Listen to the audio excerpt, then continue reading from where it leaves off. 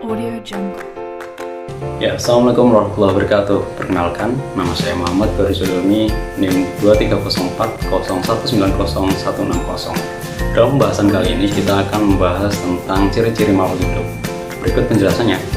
Ya, sebelum kita membahas tentang ciri-ciri makhluk hidup, kita harus tahu apa saja jenis-jenis makhluk hidup. Ya, yang pertama yaitu adalah tumbuhan. Ada yang tahu apa itu tumbuhan?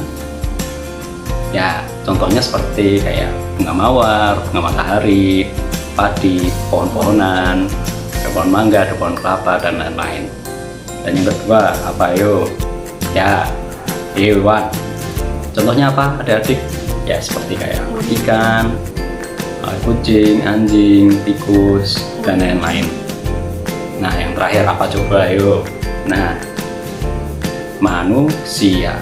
Ya, kita semua adalah makhluk hidup ya adik-adik semuanya. Ya, contohnya kayak ayah kita, ibu kita, keluarga kita, itu semua manusia. Nah, ada berapa coba sekarang makhluk hidup? Ada 3. Apa tadi? Tumbuhan, hewan, manusia. Udah paham kan? Oke, kita lanjut pembahasan selanjutnya. Oke, kita masuk dalam pembahasan inti, yaitu ciri-ciri makhluk hidup. Yang pertama, yaitu makhluk hidup mampu bernafas. Apa itu bernafas? Sering juga disebut respirasi, di mana pertukaran oksigen O2 dengan karbon dioksida CO2. Dan yang kedua yaitu makhluk hidup mampu bergerak. Bergerak di sini dibagi menjadi 2. Yang pertama ada gerak aktif dan pasif. Dan yang kedua yaitu pasif. Untuk hewan dan manusia bergerak secara aktif, sedangkan untuk tumbuhan bergerak secara pasif. Ya, yang ketiga yaitu makhluk hidup peka terhadap rangsangan dalam bentuk apapun, yaitu seperti unsur ataupun wujudnya benda atau yang lain-lain. Maka jika peka terhadap rangsangan, maka dia adalah makhluk hidup.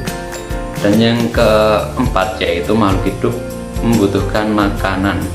Nah, makanan di sini berperan untuk apa? Yaitu untuk menjadi sumber energi bagi makhluk hidup. Dan yang kelima yaitu makhluk hidup tumbuh dan berkembang. Ya, kalau manusia semakin tinggi tumbuh, hewan semakin besar badannya, jika tumbuhan ya semakin tinggi ataupun semakin padat. Nah, untuk yang berkembang ini seperti pola pikir kita ataupun cara berpikir kita. Dan yang keenam yaitu makhluk hidup bereproduksi. Nah, reproduksi yaitu berkembang biak. Jadi, untuk meneruskan kehidupan makhluk hidup itu perlu yang namanya reproduksi atau berkembang biak. Nah, yang ketujuh yaitu makhluk hidup mampu beradaptasi. Beradaptasi yaitu menyesuaikan diri untuk bertahan hidup. Nah, seperti contohnya kita lihat burung-burung di luar sana memiliki paruh yang berbeda-beda, itu tergantung dengan makanan apa yang dia konsumsi.